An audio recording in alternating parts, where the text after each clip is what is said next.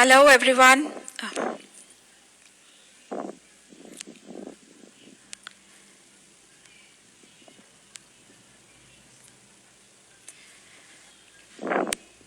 Hello, everyone. You are joining the virtual event of Rare India. We'll just go live.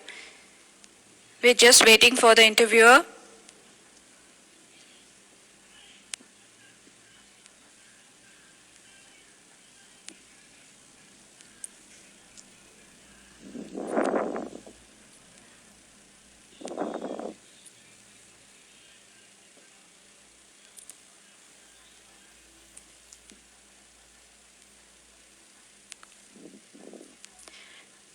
Just give us 2 minutes.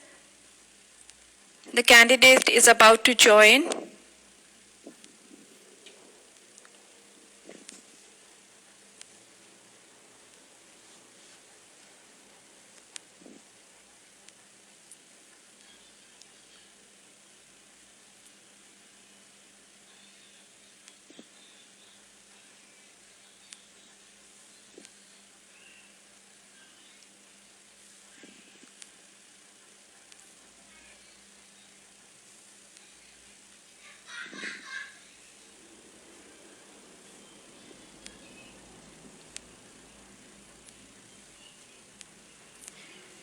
Good evening, everyone.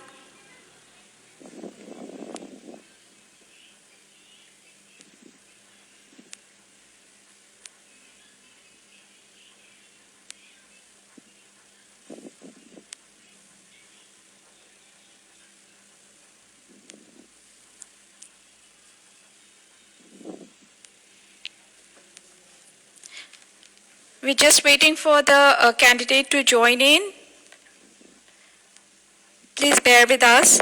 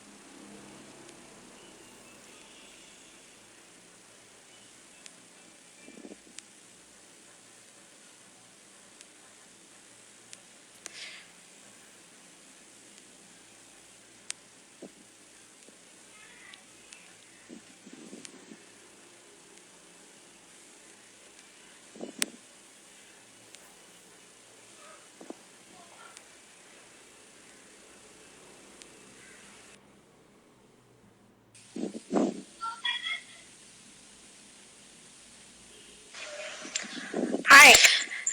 Hi. Good evening, Antara. Hi, good evening. Can you hear me fine? Sorry. Awful here. So.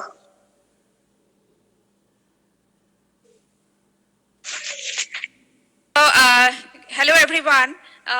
Today we are in the virtual event of Rare, and we have Antara from Assam Bengal Navigation. She is one of the young entrepreneur. She is the director marketing for ABN Cruises. She is the second generation grown up with the company. She loves to travel and connect people. She has completed her business management from France, and now she is with the company. So, Antara, before we proceed further, we actually would like to know more on the experience on the Ganges. And before that, I have few questions for you. May I go ahead with that? Yeah, of course. Please tell me. Okay, so what are the USPs of ABN Cruise which make it different from the other cruises? Well, specific of the USPs, well, in terms of being an Indian River cruise operator and the pioneering one at that, was that I think from the very beginning we were very conscious of it being authentic experience. And Okay. and authentic in the sense that because again we were the first ones to be doing this in India on the Ganges and on the Brahmaputra, it's crucial to point out the fact that it's authentic because of course it's not as tourism focused as the other parts of India have been, or the other rivers of the world as well, actually. So the fact that you can actually discover the rivers for the first time in these remote regions without any foreigners or any other person from different parts of India to be able to travel comfortably there, it's a huge plus on that. On that side, and then and then and then besides that also is just the fact that we are. Can you hear me? I'm not sure. Yes, I can. No, I can. Okay. Please go ahead. So I just wanted to add the fact that, of course, we are a conscious, luxury-driven company. The fact, and what I mean by that is that we have made it a point to be very local since the very beginning, because that's the whole point of tourism, responsible tourism, to be able to give back to the region what you gain so much from. So by doing that, we mean that we have been obviously employing locally. We use local aesthetics, we use local design, we kind of celebrate everything local. So in terms of our cuisine, in terms of the experience, what you're learning, what you gain from the travel, everything is driven by highlighting our region, which is specific to the east. So in Assam, with the Brahmaputra cruises, we talk about everything Assamese. And then on the Ganges, of course, is significantly linked to Indian history. But then besides that, we highlight everything from Bengal. So we've kept the design. The ships have been specially designed to be local, as in like we built it in Calcutta, and then the design of it is reflecting a sense of homecoming to the region of Bengal. And the food is, of course, we kind of celebrate the local Bengali cuisine as well as Eastern cuisine, which is different from the other parts of India. Of course, like we have a wealth of cuisines in India, and I think it's driven by that. And that, I mean, is conscious luxury to us, because we are really being able to take all of the elements of our region and put it together in one experience and on the river, which is a fantastic way to be able to see, these regions. Yeah. And perhaps another point I would like to point out is, through that we have also been able to give back by, I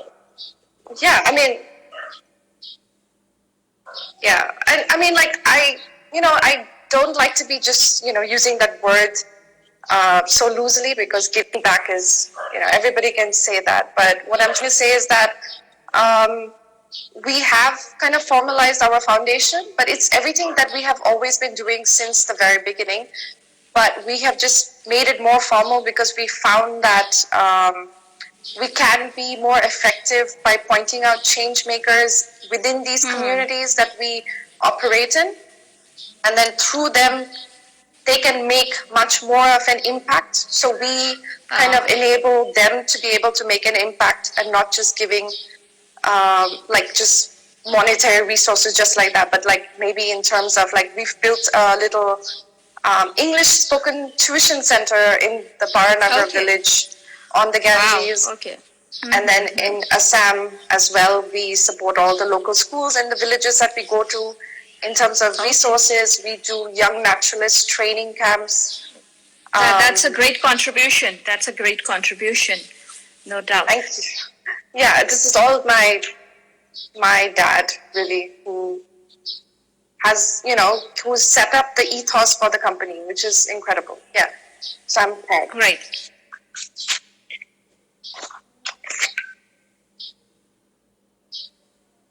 So, I think that would be our main USPs. I mean, I could go on, but yeah.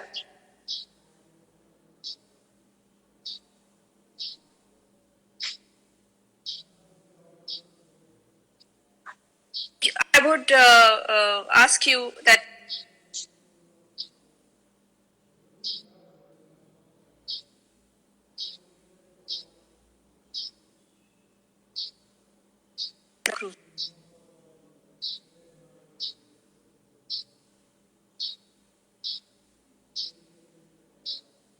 Um,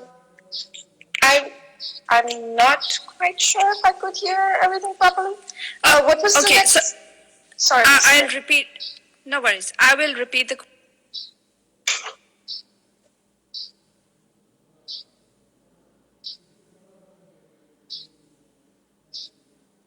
waste on the cruises.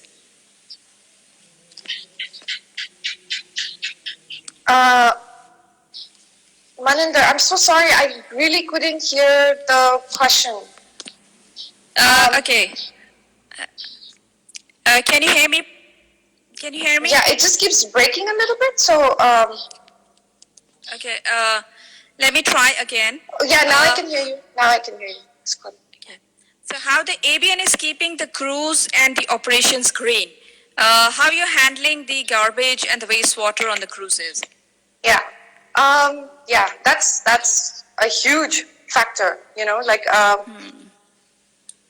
on these two cruises, and given the fact that we have built these ships in India, locally in Calcutta, we have obviously taken all measures to have a built-in waste treatment plant, and then we have a sewage treatment plant, and of course water treatment, which is crucial. And besides that, we carry a lot of water with us as well.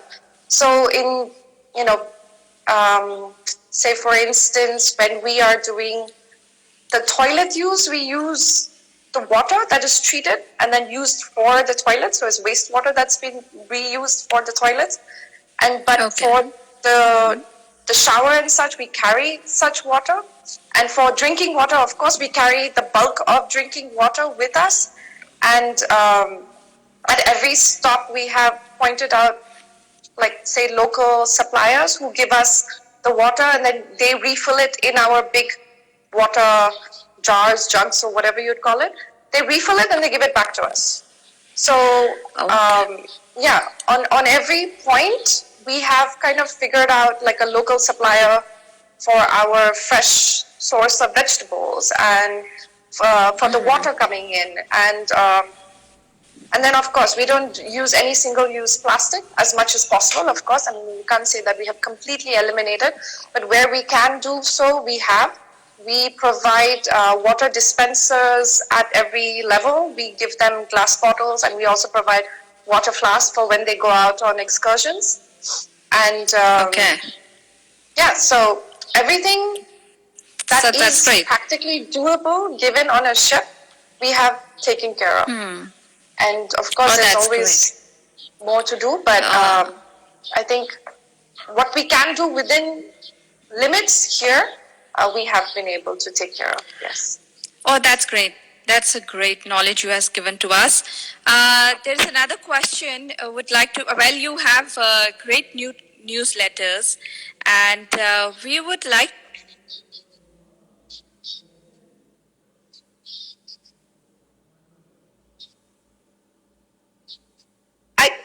I can't.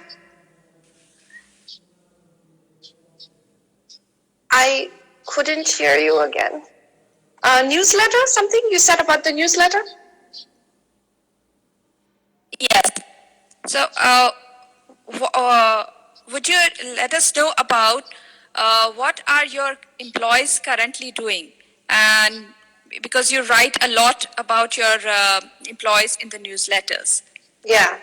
Yeah, so given this current pandemic crisis that the world is facing right now, I think we're all in this together, so we have to do the best we can to stay safe and stay healthy and practice social discipline, for which our cruises ended prematurely, of course. We had a group of Australians on board on the Ganges, and on the Brahmaputra we had a group of British travelers with us. So we ensured that their last bit of holiday, as soon, as the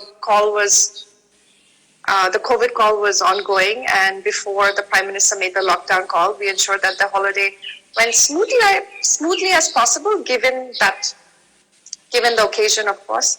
And then to practice kind of self-quarantining our crew members. We had to do that because just to be safe, we can't have them Yes, going yes, back yes. home after they have been in contact with travelers from abroad. So they have self-quarantined themselves on the ships, and then the lockdown was called on March 25th. First was on March 21st, I think, and then it was March 25th. Yes. So Right. unfortunately, they have been stuck on the ship. So yeah, which is, I mean, like, you know, I feel for them. Like, it's not the ideal place because they would rather be home. But given the circumstance, they are in the safest place possible, and you know, we've had food supplies and everything taken care of for our guests as well, so they're all well taken care of. They have a regular, also our local suppliers have been able to give them the vegetables and everything. And they're all spending a lot of time together, but they've been keeping busy with activities. They've taken up painting. I know that the boys on on Raj Mahal that we were just with, like Kabir and all, he loves to paint. Now Jagannath is also taken up painting. The rest of them are like doing exercise in the morning on the sun deck and playing chess. Great. Now they learn chess and practicing their cooking skills and fishing. They've come up with like a makeshift version of fishing. They love their fish, so so they've been keeping busy. Yeah, I mean, what can we do? You know, like I think they're safe and they're in good spirits, Right. and that's most important right now. Great. Okay, so now we would request you to share your experiences on Ganges through ABN. Yes. Oh my goodness, the Ganges. I mean, Yes. right? Like, it's such an iconic, revered river for millions, billions actually in this country, but it is also worldwide known, of course. And just a little fact that I want to add to that is just after the British, like linked to our history, after the British left, and it was part of the old trade route. After they left, nobody had done something about this, the navigable rivers of India. And I am so proud that my parents and our partners have been able to come up with this concept to be able to experience these iconic two rivers of India, of the subcontinent. So I think the Ganges is incredibly special because it is historically significant to our country. And the Ganges River Valley, besides the flora and the fauna, it is dotted with so many different monuments, the old colonial towns, so much history, so much culture, being the center of the country, right? So, and like as they say, like rivers are the birthplace of civilizations, and it couldn't be more true in this case. So I think the Ganges truly does hold a special place for the world as well, and it is sustenance for millions on that river. So to see and experience and learn about India on front. And because it's so remote, it is very different. It's very difficult to kind of go there by road.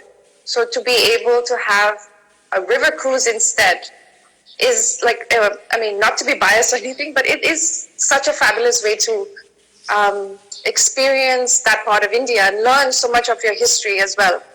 So when we start in Calcutta, which is down south, we also have a little Sundarbans cruise, and when we're doing the Bangladesh, we will go through the Sundarbans or Bay of Bengal, but we're starting, say, from Calcutta, so south, and then we do a 7-night journey from Calcutta to Farakka Barrage.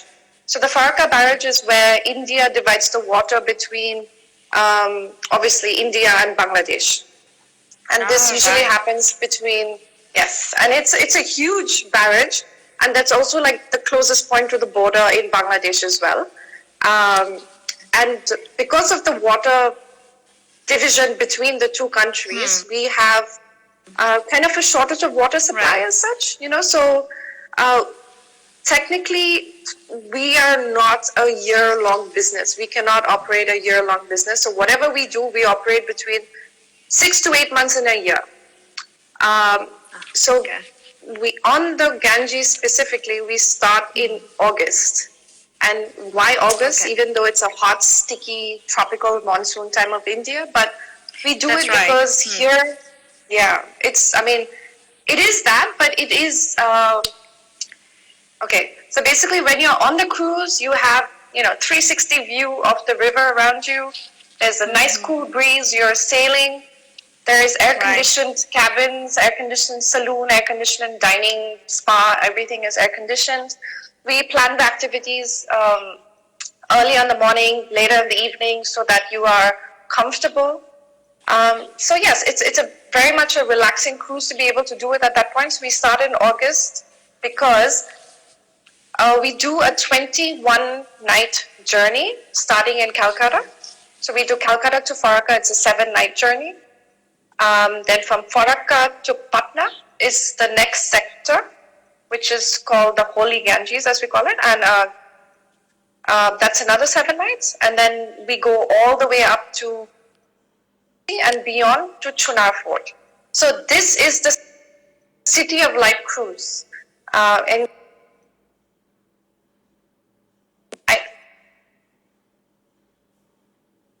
are you able to hear me? I don't know if it's stuck.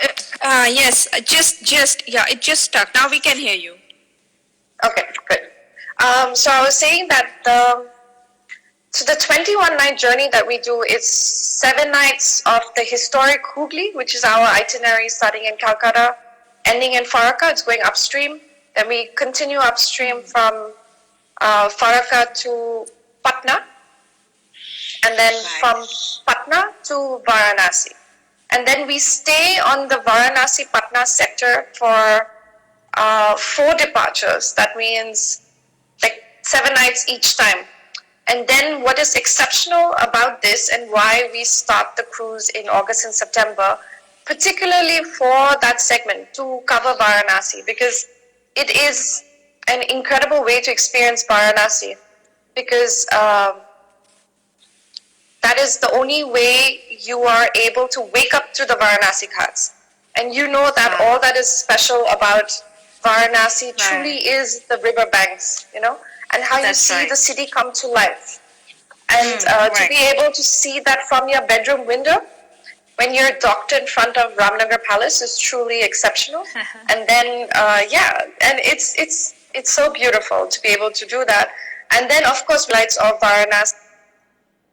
And we also go up to Chunar Fort, which is historically significant as well, and which is another, say, 4 or 5 hours of sailing ahead beyond Varanasi. And then we stay about, say, 3-4 days in Varanasi itself, and then we sail down to Patna. So it's a 7 nights because we like for it to be a mix of, say, Varanasi being a very intense city in every way, of course, intensely beautiful, but intensely intense in every way as well. So it's nice to be able to come back and recoup and kind of, take in what the day has had to offer there. And then we kind of spend 3 days of very intense Varanasi, explore the river valley, which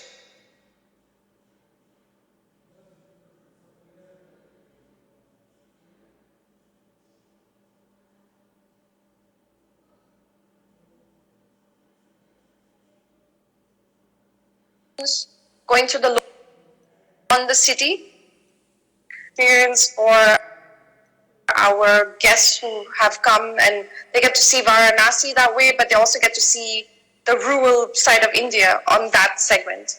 And in August and September, we get a lot of people from Europe at that point in time, which is their holidays as well. So it coincides very well.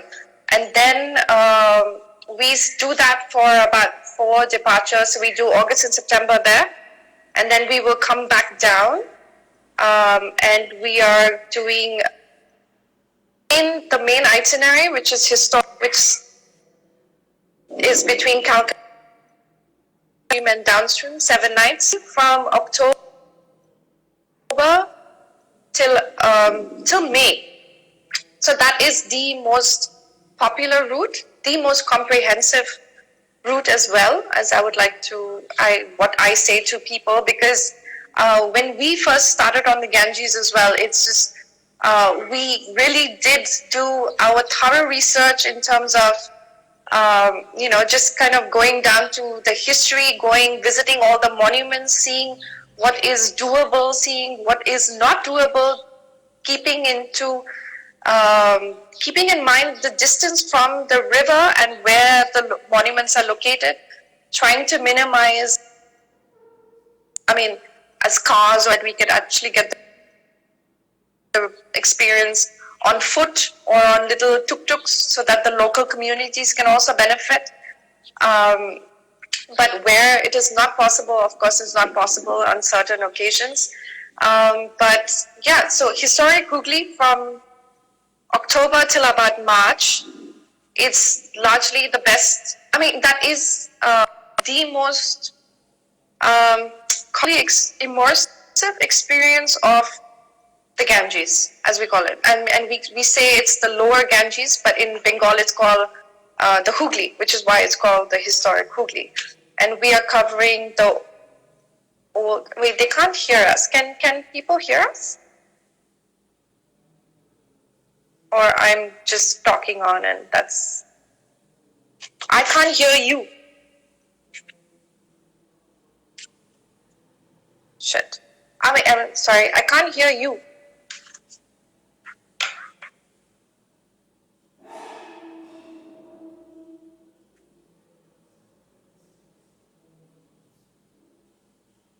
Okay, I think they can hear. Maninder, I can't seem to hear you though.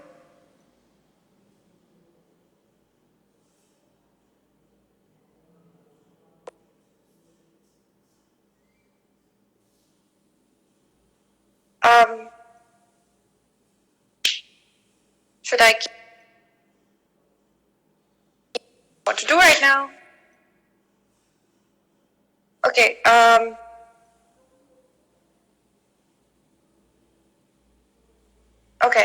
okay.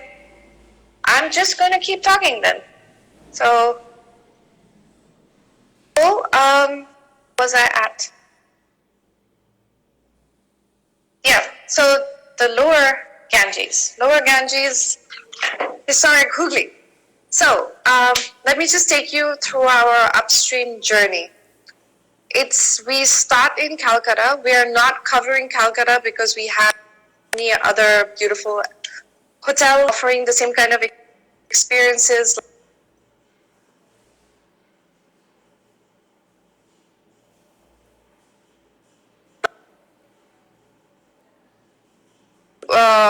So we basically start in Calcutta, but we sail forward and we are covering Chandanagar, Serampore, and so they're basically the old Danish, French, and the Dutch colonies. So these are little towns quite close to Calcutta itself, so that we cover the old houses at that point in time, the colonial places of significance there, and I would like to just give a little story as to how much of an impact we have been able to, not we, just as a river cruise or developing the tourism in this segment has been able to do. Say for instance, in Chandanagar, which is the old French colony. When we first started there, we went there in 2006. And then we started, I think, probably in 2006 or 2007. But in 2006, when we first took our guests there, I think there was an old church which had not been revived for a very long time. Can you hear me? Sorry, I'm just going to interrupt again because I can hear from the comments that it's not clear, that you can't hear from the conversation. Can you hear me, Maninder?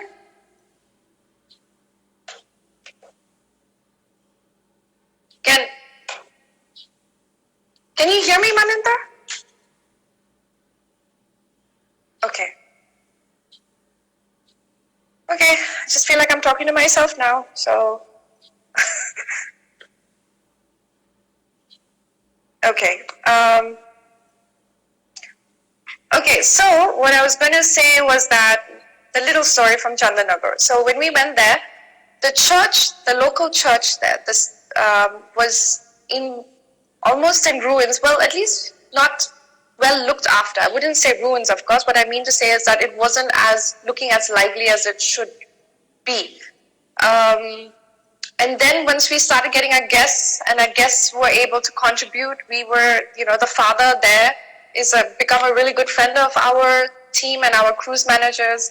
So over the years of us having gone there, and through our contributions as well, they have completely revived it, and now the church is up and running, and there's regular service ongoing there. They have been able to, kind of clean it all up, make it all looking like it's operating every single day. So I think that was a huge impact that it had there. I mean, at least these are the words from the father himself. And to date, we do a little walk with the father there. We, visit his school that he supports there, and his student and the father take our guests around, and we do a little walk through Chandanagar town. We visit the Dupleix Museum. When it is open, again, with government issues, they only open it at 11 o'clock, and then sometimes they are late, which honestly, I'm just free-flowing talking right now. So I'm just going to say that. It's just that it becomes difficult because we're trying to keep to our cruise schedule as well.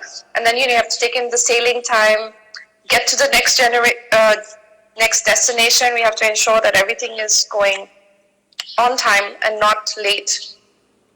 So, we basically try to do a little walk in all of these places, and we have an expert guides with us who really do a fantastic job in bringing that place come to life, because that's what it is about ultimately. Because as much as you can see like the ruins of all these places, and sometimes functioning places, and sometimes the museum, say in Murshidabad or in Chandanagar,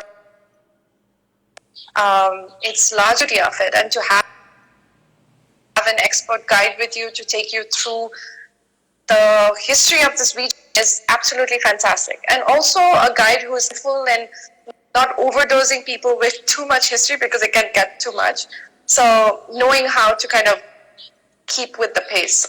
And then after which we visit the Imambara there, which is another fantastic old Mughal style building, which is in ruins but well looked after they have a little boys orphanage there as well. So we visit that, and then we go on forward to Matiari village, which is a brass making village. So we learn about how the local villages there have made, the entire village kind of works on the brass making, and each and every household will do different kinds of brass work.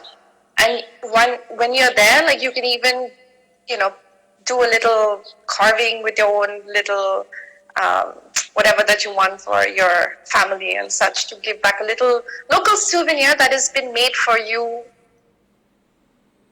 So, and your village is dependent on that craft alone. And then we also visit little villages en route that obviously is just like going through an evening walk through the village, and people come about with huge smiling faces, equally excited to see you as you are, as the guests are excited to see them and learn about them. And having our local staff on board, who obviously are fluent in these languages, are able to translate for you, and you are able to have an interaction with the local communities there.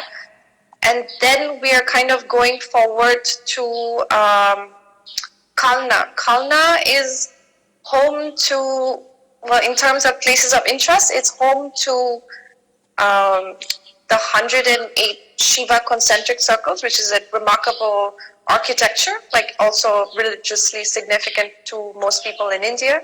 And then we have the beautiful terracotta temples as well, and we do a little rickshaw ride in the morning, and then we visit the local market. We, you look at all the terracotta, which is famous in Bengal. You learn about the arts and crafts of that region.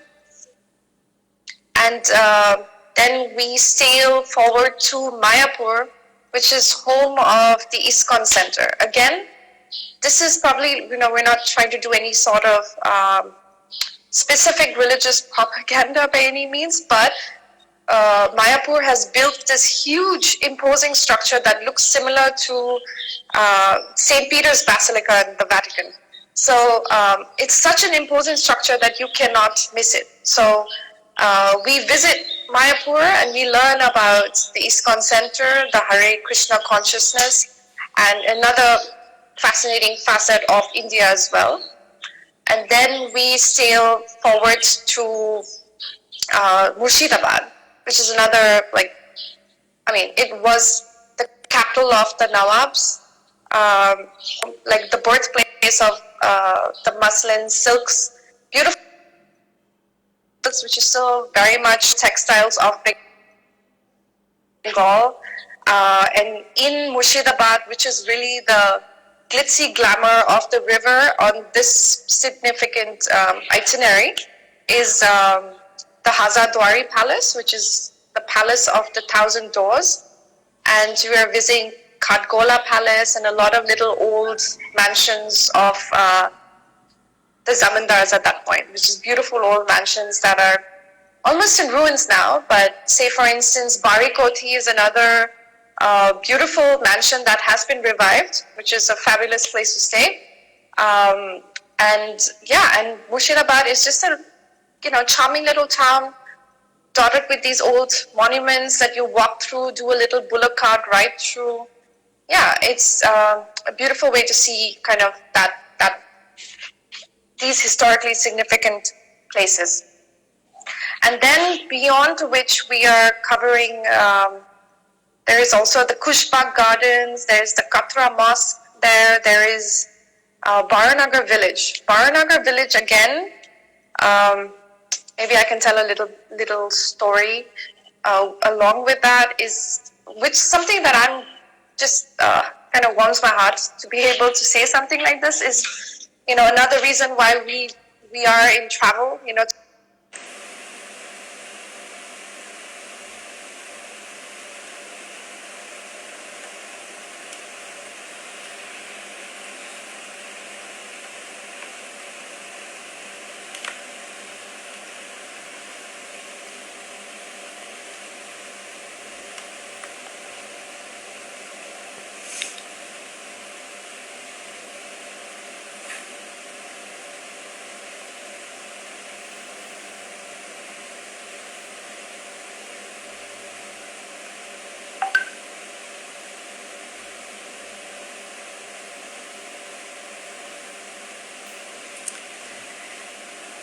Hi everyone, we'll shortly be starting with Hemendra sir from Bhaisargarh Fort.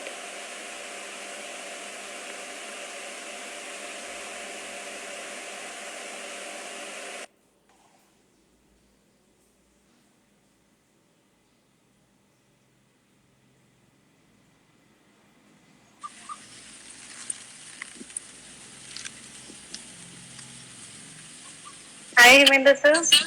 Hello Reddy. Hello everybody. I welcome you to this cooking session at live from Bhaisargarh on Insta Live. We are cooking a dish called the fish curry today. Bhunjma machi, or we are using rahu fish, and we are sitting here overlooking the river Chambal, and you can see the fort behind. So we shall start now. We'll add some oil. We are using sarson ka tel, that is mustard or rapeseed oil. We are cooking about 1 kilo of rahu fish, and I'm going to add about 200 grams or ml of sarson ka tel. Mustard oil, that's for you people. Note down, get your pen and paper ready. This is a family traditional recipe that he's sharing today.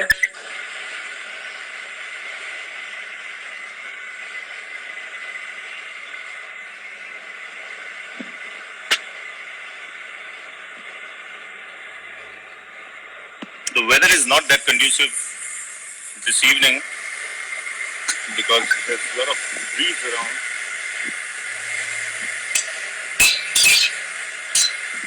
It's going to be a challenge keeping the gas stove going on.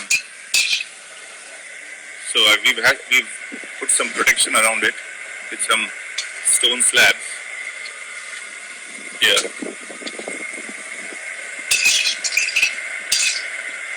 So we're going to heat the oil well.